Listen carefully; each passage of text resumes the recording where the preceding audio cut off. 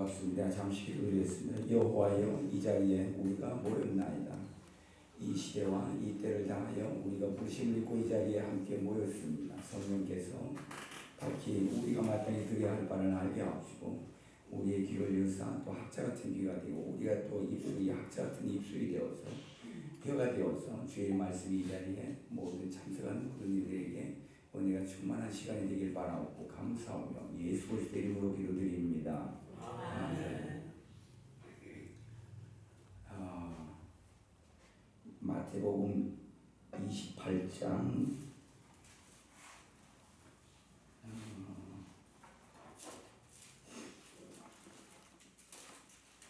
20절만 잠깐 읽어드리겠습니다. 마태복음 28장 20절.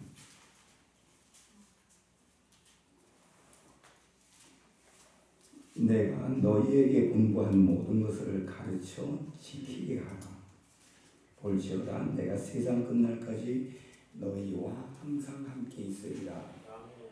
네, 제가 말씀에 궁금했던 게 세상 끝날이라고 했잖아요. 네, 그 다음에 마지막 파송을 하는 말씀이잖아요. 사복음서 끝자락은 전부 다 마지막 파송하는 말씀인데 마가복음에서는 말 그대로 온천하에 다니면서 천국 복음을 전파하셨고 누가는 제사함을 받는 회개가 예루살렘에서 시작해서 모든 민족에게 전파되어야 하는데 너희는 이 모든 게 증인이라 하셨고 요한은 마지막 파송할 때 베드로에게 보면은 세 가지 질문을 하고 그 다음에 내 어린 양을 먹이라, 양을 치라, 양을 먹이라 이러시잖아요. 그래서 사복음서 끝자락은 전부 다 제자들 부르시고 3년 반 동안에 양육하시고 그 다음에 이제 파송하는 그 같은 말씀이죠. 그래서 특별히 이제 사도행전 1장 8절에 너희가 성령이 임하면 권능을 받고 예루살렘과 유다와 사마리아와 땅 끝까지 이르러 내 증인이 되라고 하시는데 제가 궁금했던 게 주님은 어디에 마음을 두시고 땅 끝이라고 언급을 하셨을까? 그 다음에 세상 끝날까지 내가 항상 너희와 함께 하겠다고 그러는데 그럼 세상 끝날을 어디를 가리켜서 세상 끝날까지 함께 하시겠다고 말씀하셨을까? 라는 질문에 제가 어느 날 생긴 거죠. 그래서 이 질문에 답이 올 때까지 참 세월이 많이 걸렸습니다. 그래서 주님께서 가르쳐 주신 것은 결론을 먼저 말씀드리면 세상 끝날은 같은 마태복음이기 때문에 마태복음 24장 3절의 제자들이 정확히 물어요. 2절에서는 예루살렘에서 이제 며칠 후면은 6월절 어린 양으로 십자가 돌아가시는 그 상황인데 예루살렘에서 나오면서 제자들이 예루살렘 성을 향해서 뭔가 말씀 좀 하실까 해서 예수님을 쳐다봤더니 대뜸하시는 말씀이 돌 위에 돌아는 남지 않고 다 무너집니다. 이 말씀을 들을 때 제자들은 여러분들 만약에 대한민국에 대해서 뭔가 수도 서울에 대해서 한마디 듣고 싶다면 수도 서울이 무너지리라 이거 같은 거죠. 그 같은 맥락으로 예수님의 말씀이 돌 위에 돌아남지 않고 다 무너진다는 말씀은 당시에 따라놨던 제자들은 유다와 예루살렘이 멸망한다는 말씀이잖아요. 멘탈이 온 거죠. 완전 충격이 온 거예요.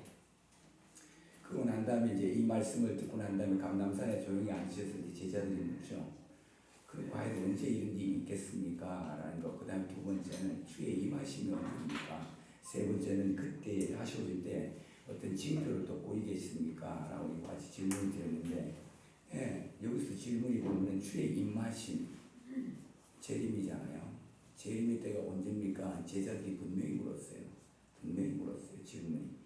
그래서 예수님께서 답변하시기를 마태복음 4장 14절에는 이 천국 복음이 모든 민족에 전파되면은 그제야 끝이 오리라는 거잖아요. 그럼 세상 끝날이라는 거죠. 내가 세상 끝날까지 너희와 항상 함께 있겠다 말씀하신 거니까 그러면 이 천국 복음이 내가 잠시 이틀 후면은 십자가 죽었다가 모세가 장대 노뱀을 장대에 담은 것 같이 인자도 장대에 달리라는 말씀 같이 내가 십자가 죽었다가 장사시는 바 되었다가 사흘 만에 부활할 텐데 이 부활 사건, 이 천국 복음이 모든 민족에 전파되면 그제야 끝이 오리라 하신 거잖아요. 이 말씀을 주의 임하신 언제입니까? 라고 질문 드린 데 대한 답변을 하신 거예요. 마태복음 24장 3절에서 질문하신 거고 14절에는 답변을 하신 중에 15절에는 뭐라고 하셨나 하면은 선지자 다니엘이 말한 바 멸망에 가져간 것이 거룩한 것이 쓴 것을 보거든. 이 말씀은 뭔 말이죠? 예수님께서 주의 임하신 건 언제입니까? 라고 질문을 드렸는데 그 선지자 다니엘이 말한 바라고 말씀하시는 거죠. 무슨 말일까요? 내가 다니엘이 말한 대로 오지 않았느냐? 근데 언제 또 다시 오겠느냐고. 다니엘이 말한 대로 내가 다시 오겠다. 멸망에 가져간 것이 거룩한 것이 쓴 것을 보거든. 이 말씀이 다니엘서 9장 27절이잖아요.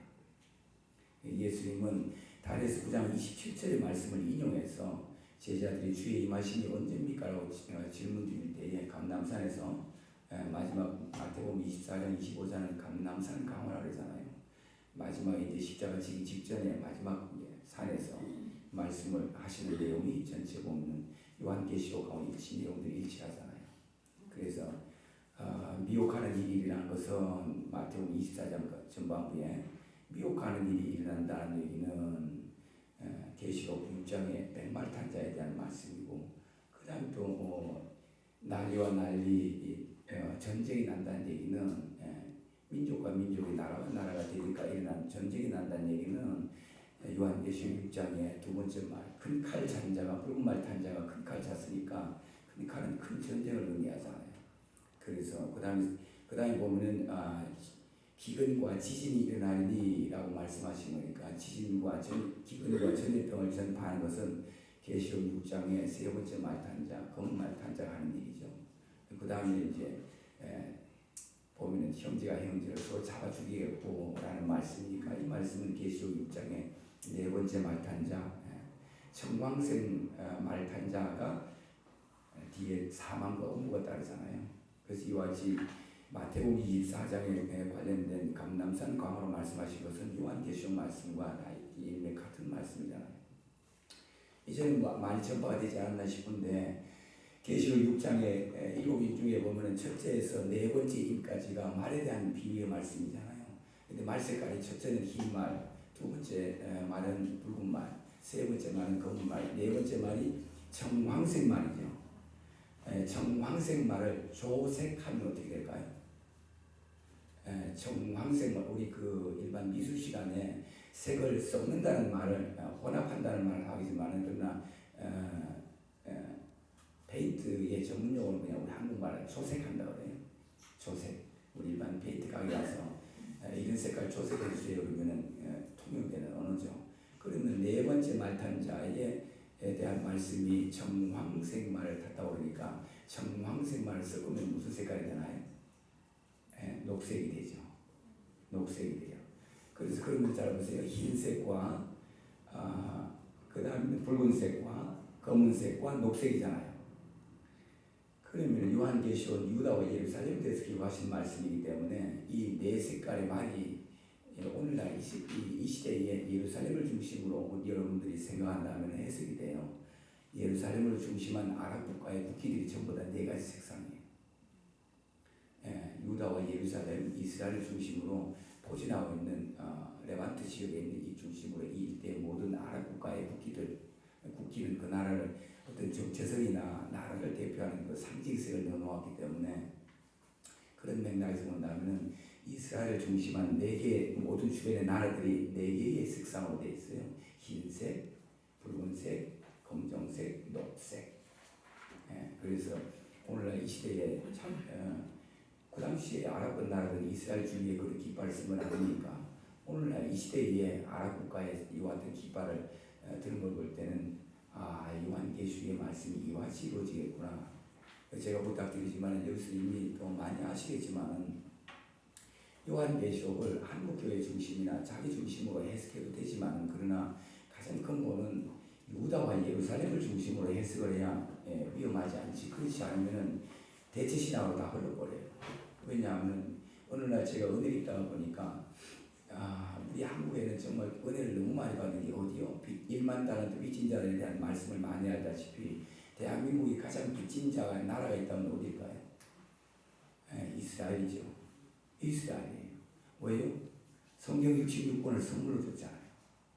그 다음에 새마을운동이 제가 어릴 때 학교 다닐 때는 사역과 시간에 교과서에서 국정교과서에서 나온 거죠. 키부츠, 이스라엘의 협동농장을 키부츠라고 해요. 실제 교과서에서 배운 거죠. 히브리 영어로 키부츠죠.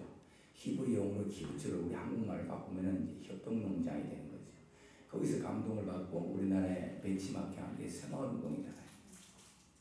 그렇지만은 그것보다도 실제 성경 66권을 우리 이 한국이 선물 받았는데 성경 66권의 저자들이 다 이스라엘 백성들이고 유대인들이잖아요.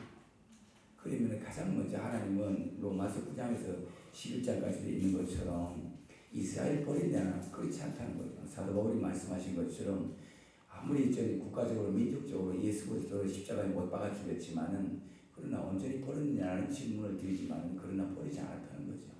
사도 바울이 로마서 9장에서 쭉 펼쳐나가는 말씀을 들어보면은 한 사람이 한 사람을 전도하듯이 하나님의 말씀은 이 민족이 국가적으로 민족적으로 범죄했기 때문에 이스라엘을 구원시키기 위해서는 한 민족이 필요하다는 것을 아는 거죠. 그래서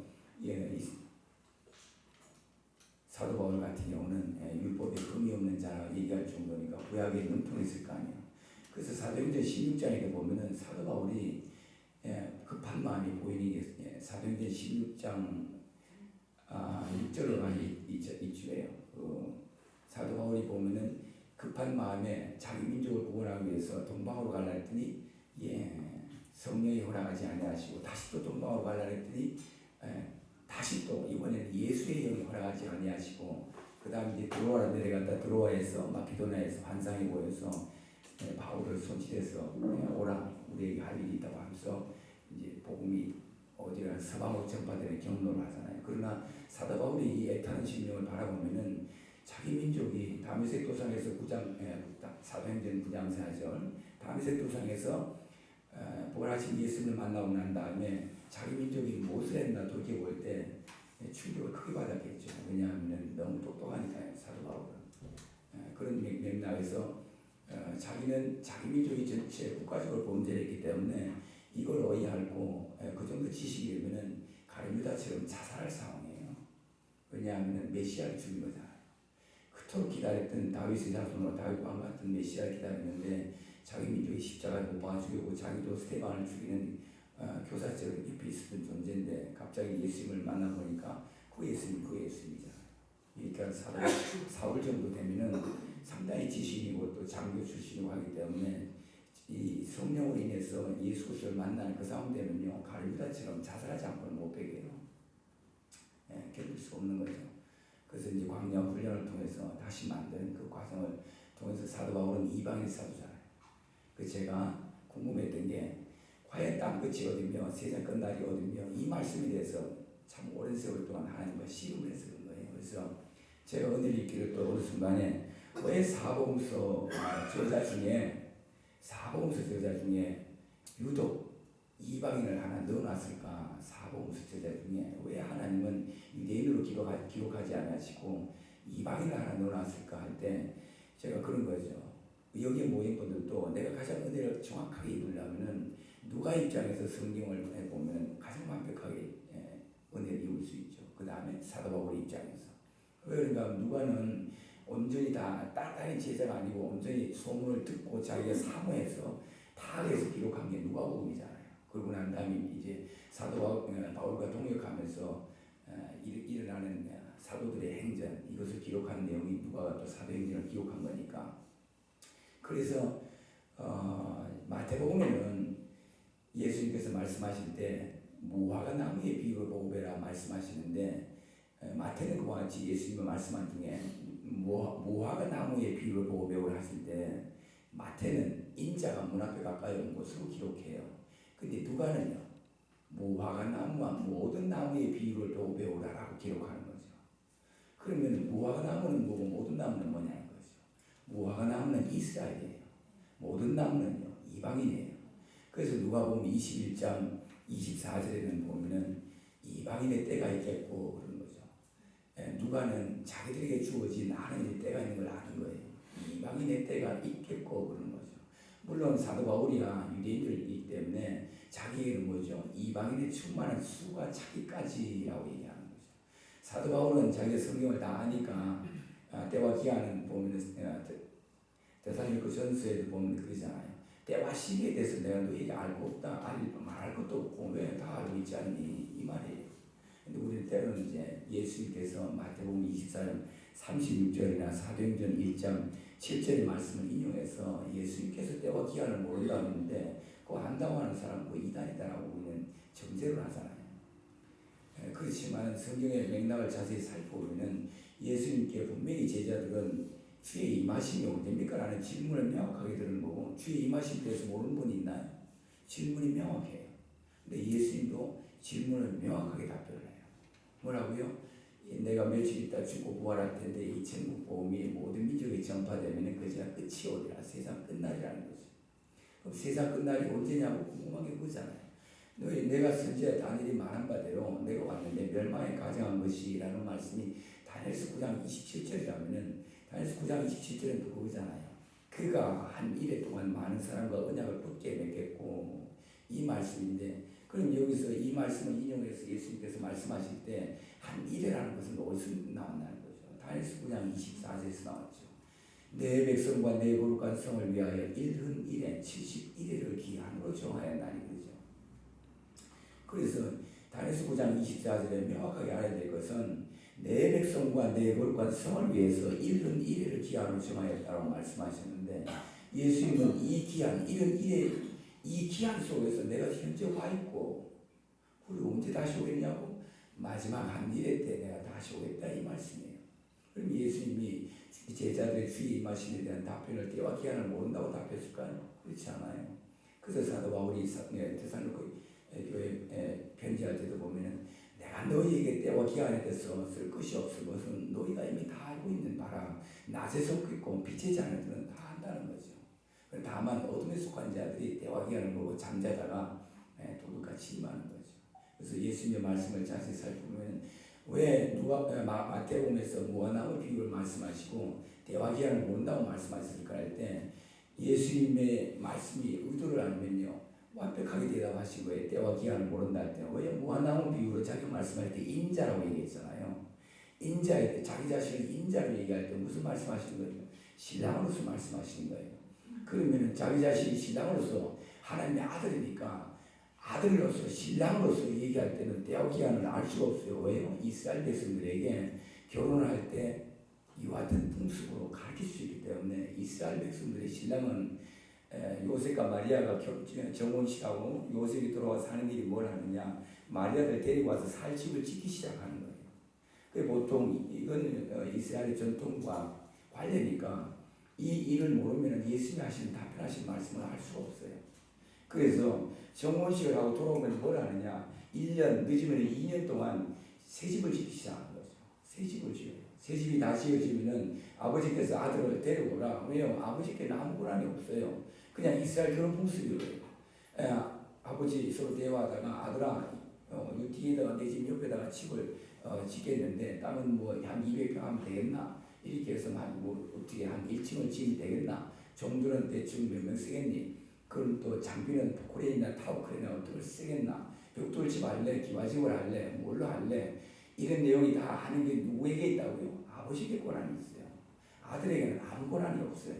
그리고 이와 같이 아버지의 허락이 다 떨어지고 명령이 떨어지고 난 다음에 정식을 마치고 돌아와서 하는 내용들이에요. 그렇게 되면은 아버지의 명령대로 아들을 짓는 거죠. 누구와? 종들과 함께 짓죠. 집이 다 지었으면 때가 돼서 아버지께서 아들을 불러서 아들아 가서 아내 신부를 데리고 오라.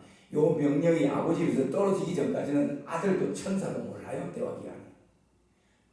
이게 이스라엘 결혼 풍습으로 주신 하나님의 풍습이 결혼 풍습이에요. 모세에게 주신 거니까. 이건 어디에 맞춰놨다고요? 모세에게 주신 7개 절기에 맞춰놓은 거죠.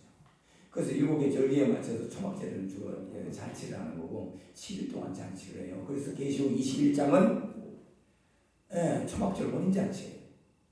계시록 21장을 내용을 읽어보면 초막절 혼인잔치를 알게 되고 레위기서에 대한 23장에 기록한 절기를 알면 레위기서 23장에 7일 동안 초막절 혼인잔치, 신랑이 오시면 예수 그리스도와 함께 7일 동안 천국의 잔치를 벌인다는 걸 알 수가 있어요. 근데 절기를 모르면 계시록 21장이 해석이 안 되는 거죠. 그래서 제가 세상 끝날이 어딘가 이렇게 그 궁금증을 가지고 자주 질문을 드렸고, 왜요? 아들이기 때문에 아버지, 제가 아들이면은 아들에게 좀 이 비밀을 좀 가르쳐달라고 참 애원을 하는 거죠. 그래서 음성이 안 들려오면은 내가 저를 지도하는 목사님 같은 경우도 회개가 들려면은 음성은 안 들려온다. 내가 너무나 놀란 거죠. 왜냐하면은 들의 양치기 목동들도 천사들이 와서 음성을 듣고 동방박사들도 음성을 듣고 오는데, 오늘날 아시아 7교회 계시록 2장 3장에는 4교회 3교회 7교회잖아요. 맨 끝마디에 보면 예수님께서 말씀하시니 성령이 교회들에게 하시는 말씀을 들으라는 거잖아요. 음성을 들으라는 거예요. 그래서 제가 성경엔 다시 2000년 전으로 돌아가서 하나님 예수 그리스도 오심에 대해서 동방박사들은 메시아를 보고 왔지만 그 유대 땅에는 천문학에 가는 것은 없었습니다. 그런데 동방에서는 천문학을 관리하는 관측을 하고 관리하는 기록자들이 있었던 거죠. 천문관들이. 그 이화승을 바라볼 때 마태복음 2장에는 분명히 동방박사들이 메시아를 보고 왔을 때 온 성에 소동이 난 거죠. 저는 몰랐던 거예요. 그러면 제가 기도드릴 때도 하나님 2000년 전에 예수님 오신 것을 아무도 몰랐습니다. 소수, 정말 알아주지 않는 사람들 빼고. 그럼 오늘날은요, 다 때와 기한을 모른다는 말만 가지고 이렇게 얘기하는데 다 똑같은 상황입니다. 누가복음 18장에도 보면은 불의한 재판관과 과거와 대화가 난 다음에 예수님께서 말씀하시죠. 내가 세상이 끝날에 세상에 다시 갈 때, 인자가 세상에 다시 갈 때 세상에서 믿음을 보겠느냐. 그렇게 하고 난 다음에 누가복음 17장 26절 28절은 노아 때가 왔다, 롯의 때가 왔다 그런 거니까 인자가 다시 온다 해도 알아볼 자 없다는 거죠. 왜요? 때와 기한을 분명히 언제 오리라는 것은 다니엘서에 기록한 말씀을 따라 71이라면은 62일의 때에 내가 와 있고 마지막 한 일의 때에 내가 오겠다라는 말씀이에요. 그 마지막 한 일에 대한 답은요, 다니엘서 12장 11, 12, 13절에 명확하게 기록이 되어 있어요. 그래서 여러분들이 1290일, 1335일, 그리고 마지막을 기다리라 합치면 2625일이다. 민수기 14장 34절과 에스겔서 4장 4, 5, 6절을 보면 하루가 1년이다 그런 거죠. 2625일에 하루가 1년을 하면 2625년이잖아요. 그러면 마지막이죠. 그래서 2625년은 2016년